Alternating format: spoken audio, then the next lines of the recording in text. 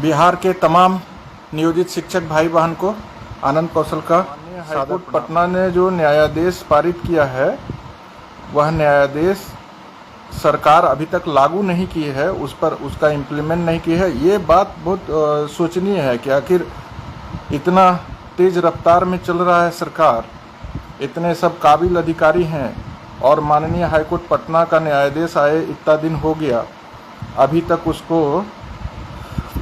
उसका इम्प्लीमेंट नहीं हुआ। ये कैसी रफ्तार है शिक्षा विभाग की। सारे भाई बहन आप लोग जानते हैं कि सरकार से हम लोग क्या मांग रहे थे। तो सरकार से हम लोग लंबे समय से, दशक बीत गया, हम उनको कह रहे थे कि हमारा पूर्ण वेतनमान, पेंशन, ग्रेचुइटी, प्रोविडेंट फंड और जो ऐच्छिक स्थानांतरण और प्रमोशन, ये सब सुविधाएं हमको दीजिए। और उसके लिए हमको सुविधा देते हुए हमको राज्यकर्मी का दर्जा दीजिए। सरकार क्या की, नियमावली बना दी और विशिष्ट शिक्षक नियमावली, और हमको बोली कि राज्यकर्मी बना देंगे, लेकिन आपको कोई सुविधा उसमें नहीं दे रहे हैं। एनपीएस बोली आपको एपीएफ मिलता है तो एनपीएस देंगे, वेतन आप जो पा रहे हैं वही पाएंगे। हम लोगों ने इसको अपना शोषण का एक रूप माना। हम राज्यकर्मी का दर्जा, तो राज्यकर्मी तो आप है ही, राज्यकर्मी का पट्टा से हमारा पेट थोड़े भरेगा। हम कह रहे थे जो शिक्षक को वेतन मिलता है वो वेतन मिले, जो पेंशन मिलता है वो पेंशन मिले, जैसा प्रमोशन का रूल है वो प्रमोशन हमको मिले। तो जब हमको प्रमोशन का समय मिला, नियमावली जो हमारी 2020 वाली थी नियोजित शिक्षकों के लिए, तो वो प्रमोशन का समय जब आया तो प्रमोशन देने के बजाय हमको नई नियमावली ले जा करके सिर्फ बोले आपको राज्यकर्मी बनाएंगे, परीक्षा दीजिए, पास करिए, और जो पास नहीं करेगा वो हटा दिए जाइएगा। हम लोगों ने इसका पुरजोर विरोध किया, सड़क से लेकर के न्यायालय तक। सड़क पर हमारे भाई बहन, अनेकों भाई बहन यातना, सरकार का जो जुल्म था उसको सहा है। और जब मजबूरी में हम लोगों ने जब फिर इसको न्यायालय में लेके जाने का काम किया, तो न्यायालय ने आप लोगों की बात को सुना और सरकार को जो बिहार विद्यालय विशिष्ट शिक्षक नियमावली था, जिसमें ये अंकित था कि आप अगर परीक्षा देंगे और उसमें फेल हो जाएंगे तो आपको हटा दिया जाएगा। सबसे पहले तो उन्होंने आपके इस बात को स्वीकार करते हुए 5 लोगों की कमेटी, हम लोग कहे कि हम लोग परीक्षा नहीं देंगे, तो हमको डराने के लिए क्या किया बिहार सरकार ने, तुरंत में 5 IAS अधिकारी महोदय की कमेटी बना करके यह प्रस्ताव पारित कर दिया कि जो फेल होंगे उनको हटा दिया जाएगा। ये तुगलकी कानून था। ये तुगलकी कानून के खिलाफ हम माननीय हाईकोर्ट के शरण में हम लोगों ने जब अपनी बातों को रखा, देश के विद्वान अधिवक्ता, बिहार शिक्षक एकता मंच के बैनर तले हम सभी संगठन एकजुट होकर के सड़क से लेकर न्यायालय तक संघर्ष किए। आप लोगों ने देखा कि हम लोगों ने सुप्रीम कोर्ट के बड़ी अधिवक्ता DS नायडू साहब को अपीयर करा करके आप लोगों की बातों को रखा। आप लोगों ने बहुत सहयोग किया, कम समय में और तन मन धन से जो साथ दिया उसका फलाफल आप लोग के सामने है। माननीय हाईकोर्ट पटना का ऑर्डर है, उसको बिहार सरकार को इम्प्लीमेंट करना है। और उसमें आप लोग एक बात समझ लीजिए, माननीय हाईकोर्ट पटना ने जो आदेश आप लोगों के लिए पारित किया है, उसको अब हम उसका मुख्य बिंदु जो बताने जा रहे हैं आपके बीच में, आप तमाम लोग उसको ध्यान से सुनिए और पढ़िए।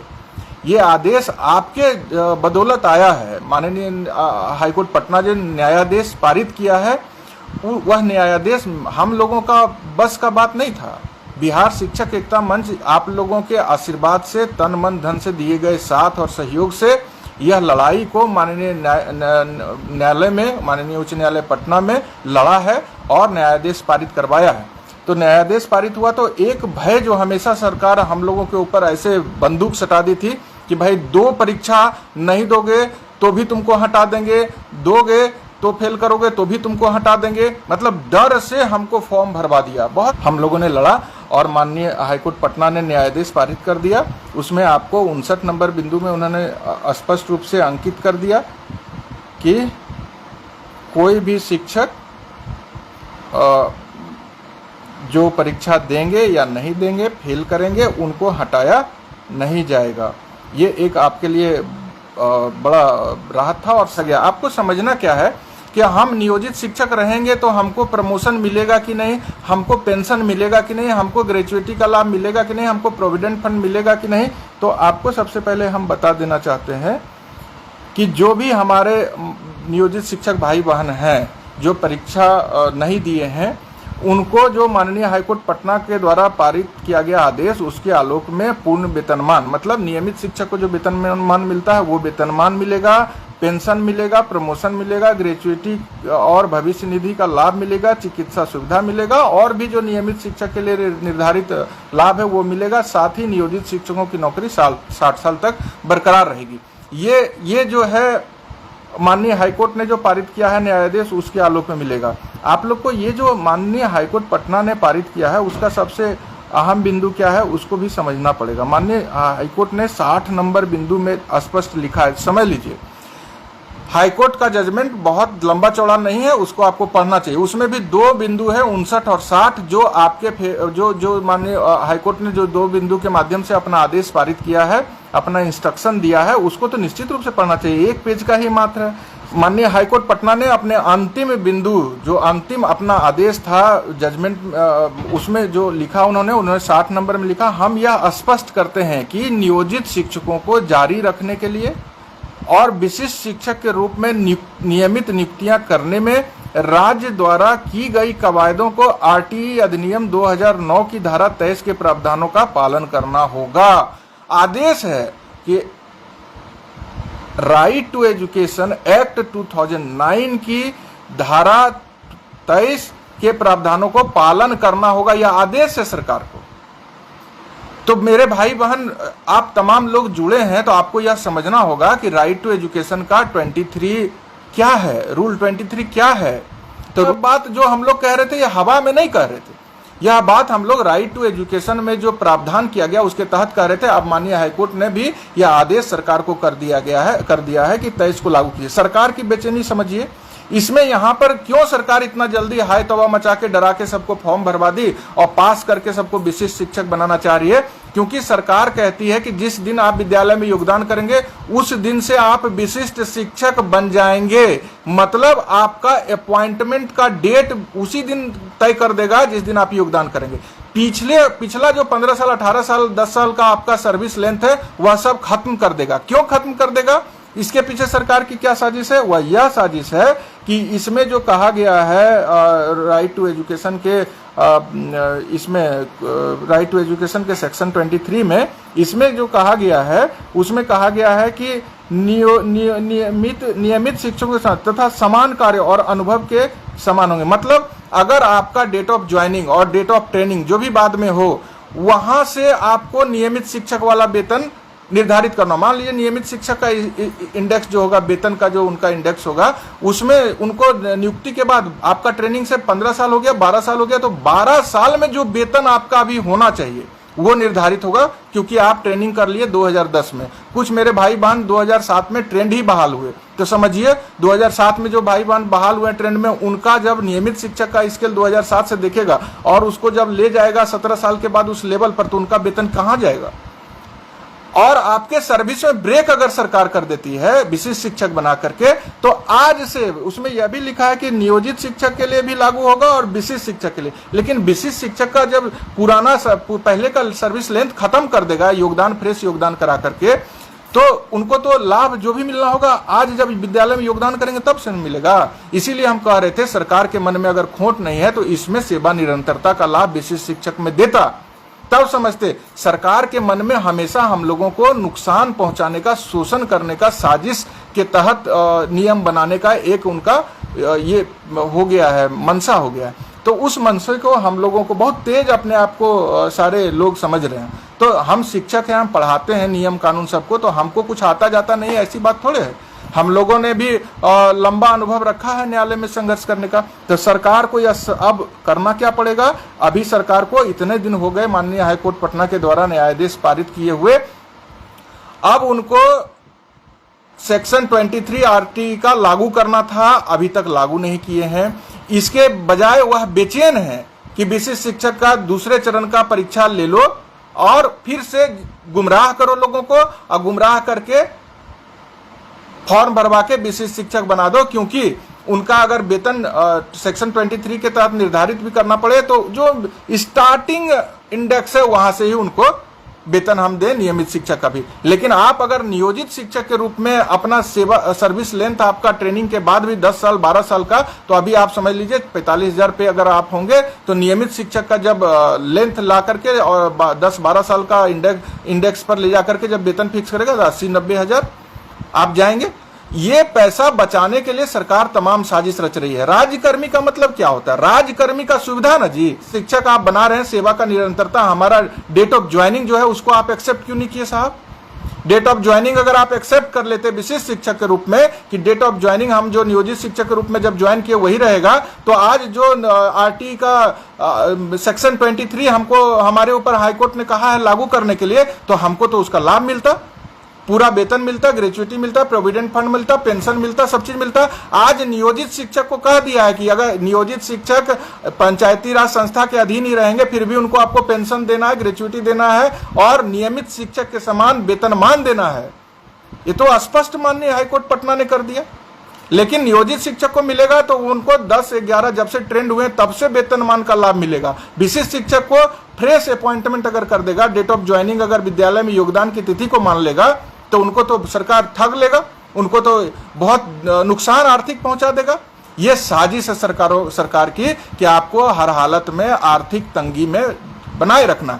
फिलहाल अभी हम लोगों की शिक्षक एकता मंच की बैठक होने वाली है, ये राय विचार चल रहा है। 28 तारीख मतलब आज हो गया 25, 26, 27, 28 रविवार को शिक्षक एकता मंच की बैठक है। सरकार माननीय हाईकोर्ट पटना के आदेश को लागू क्यों नहीं कर रही है, आगे हम लोगों को कौन सा कदम उठाना है? आप जान रहे हैं कि माननीय हाईकोर्ट पटना अगर कोई आदेश पारित करता है तो उसको लागू करना बाध्यकारी, और अगर वह लागू नहीं करेगा तो कंटेम्प्ट में आप चले जाएंगे, तो सरकार का भारी फजीहत है। और 25 का चुनाव भी है, हम लोग कहे हमारी बात नहीं माना कि हमको पूर्ण वेतनमान दीजिए, हमको पेंशन दीजिए, हमको सब चीज दीजिए। आज विशिष्ट शिक्षक के नाम पर क्या कर रहा है? जो हमारे भाई बहन को दूसरे जिला में थे वो बेचारे मजबूरी में ट्रांसफर चाहते थे, वो तो क्या करते, गन पॉइंट पर भी एग्जाम दे दिए। लोग की भावना को हम समझे तो हमको लगा कि ये लोग विवश थे ट्रांसफर के लिए, इसलिए वहां। लेकिन आप तमाम लोग समझिए कि हमको हमारा पैसा चाहिए, राज्यकर्मी के रूप में हमको हमारा पैसा चाहिए। जो लोग को गृह जिला मिला है वहां से अगर उनको दूसरा ही ब्लॉक में भेज देगा, अरे उनको वही विद्यालय में रहने देने में आपको क्या दिक्कत है? तो तमाम जब हाईकोर्ट का निर्णय आया, आप देखिए जब हाईकोर्ट का निर्णय आया कि कोई शिक्षक नहीं हटाए जाएंगे, तो सरकार आनन फानन में क्या की, सब लोग पास हो गए। हमको तो ऐसी सूचना मिल रही थी कि बस चलता सरकार को तो घर घर जाके रिजल्ट बांट देता, अगर नियम कानून का भय नहीं रहता सरकार को। तो खाली इतना है कि इसके सर्विस को ब्रेक कर दो विशिष्ट शिक्षक बना के, जो कि ये माननीय हाईकोर्ट जो कह दिया है कि आरटी का सेक्शन 23 का 3 भी इन पर लागू होगा, मतलब इनको नियमित शिक्षक के समान वेतन देना होगा। तो जिस तिथि को ये ट्रेंड हो गए हैं उस तिथि से इनको वेतनमान फिक्स करना पड़ेगा। तो वेतनमान जब उस तिथि से फिक्स होगा तो आपका वेतन अभी 90,000 पे चला जाएगा। तो यह बहुत बेचैनी थी सरकार को कि कैसे छल कपट करके इनको आर्थिक नुकसान देना है। तो आप तमाम भाई राइट टू एजुकेशन का भारत सरकार का गजट पढ़ लीजिए। उस गजट में जो 23 का 3 है उसके आधार पर जो मॉडल आरटीए एक्ट का रूल बनाया गया है उसको जाके पढ़ लीजिए। 18 नंबर में टोटल आपका सैलरी एंड अलाउंस को फिक्स किया गया है, कैसे होना है, किसके लेवल में होना है, कितना होना है, नियमित शिक्षक के समान कैसे देना है। और प्रमोशन के लिए जो माननीय हाईकोर्ट पटना ने 59 नंबर में जो प्रमोशन के लिए और आपको हटाया नहीं जाएगा इसका जो प्रावधान किया है वो आप पढ़ लीजिए। कहीं मेरे बात पे मत रहिए और किसी तरह के बेचैनी में भी मत रहिए। आप लोग धैर्यपूर्वक आप जो इच्छा है आप उस पर डटे रहिए। तो काफी अच्छा न्याय निर्णय आपके लिए पारित हुआ। अब सरकार को इंप्लीमेंट करना, नहीं इंप्लीमेंट करेगा तो छोड़ देंगे क्या? आज तक हम जब बोल रहे थे तो कहता था ये लोग गलत बोलता है। आज जब माननीय हाईकोर्ट पटना ने वो भी राइट टू एजुकेशन 2009 उसका में जो प्रावधान है जो मिलिट्री रूल के समान है, इसको कोई नहीं मानने से इनकार कर सकता। उसमें जब लिखा हुआ है कि गवर्नमेंट के हो या लोकल अथॉरिटी के हो उनके लिए नियमित शिक्षक के समान वेतन, भत्ता, ग्रेचुइटी, पेंशन, प्रमोशन देना होगा तो देना होगा। दुनिया का कोई ताकत इसको रोक नहीं सकता। बस आप लोग धैर्य बनाए रखें। न्यायालय में भी संघर्ष करेंगे, जरूरत पड़ा तो शिक्षक एकता मंच के बैठक में निर्णय होगा, उसके ऊपर हम लोग सभी चीज को विचार विमर्श करेंगे और आप लोगों का कोई आर्थिक नुकसान होने नहीं देंगे। नियोजित शिक्षक जो विशिष्ट शिक्षक नियमावली के तहत परीक्षा नहीं दिए हैं उनकी सेवा 60 साल तक बरकरार रहेगी। उनको माननीय हाईकोर्ट के आदेश के आलोक में पूर्ण वेतनमान, पेंशन, प्रमोशन, ग्रेचुइटी, भविष्य निधि, भत्ता, चिकित्सा सुविधा और सभी निर्धारित लाभ वो मिलेगा और वह सरकार को अब देना पड़ेगा, क्योंकि माननीय न्यायालय का अगर अपमान सरकार करेगी तो ईंट से ईंट बजा देंगे। 25 का चुनाव आ रहा है ना, बहुत हम लोगों का शोषण ना हो रहा है, हम देख रहे हैं। आप लोग खाली धैर्य से रहिए, समय पर सब उचित कदम उठाया जाएगा। एनर्जी बर्बाद करने से कोई फायदा नहीं है, किसी प्रकार का किसी के बहकावे में नहीं आना। जात पात दुनियादारी से ऊपर उठिए। इतने साल नौकरी करने के बाद न्याय प्राप्त करना है और वह न्याय प्राप्त करने के लिए माननीय हाईकोर्ट पटना ने एक मजबूत न्याय निर्णय पारित किया। और इस निर्णय के बाद क्या हुआ, सरकार प्रेस विज्ञप्ति शिक्षा विभाग के अधिकारी फूहड़पन के का जवाब नहीं है। आज तक नहीं देखें कि कहीं कोई केस को सरकार पक्ष रखती है अपना, तो प्रेस विज्ञप्ति जारी करके कहती है कि हम तो जीत गए, नियोजित शिक्षक हार गया। भाई कैसा सरकार है? जनता से जीतते हैं, जो जनता मालिक है, जो कर्मचारी वोट देकर आपको सरकार बनाता है, उसको कहता हम जीत गए, आपको हरा दिए। अरे भाई जीत गए तो लागू करो ना आरटीई का 23 सेक्शन, दो ना नियमित शिक्षक। जीत गए तो बढ़िया है, जीतो ना, जीत गए बढ़िया, धन्यवाद। लागू कीजिए, इंप्लीमेंट कीजिए, नहीं तो नींद उड़ा देंगे। यह बात याद रखिए। आप लोग ध्यान से धैर्य से रहिए और पढ़िए। जजमेंट आपके पैसा से आया है, आपका खून पसीना का कमाई खर्च हुआ है, तब माननीय उच्च न्यायालय पटना में हम लोगों ने संघर्ष कर पाया।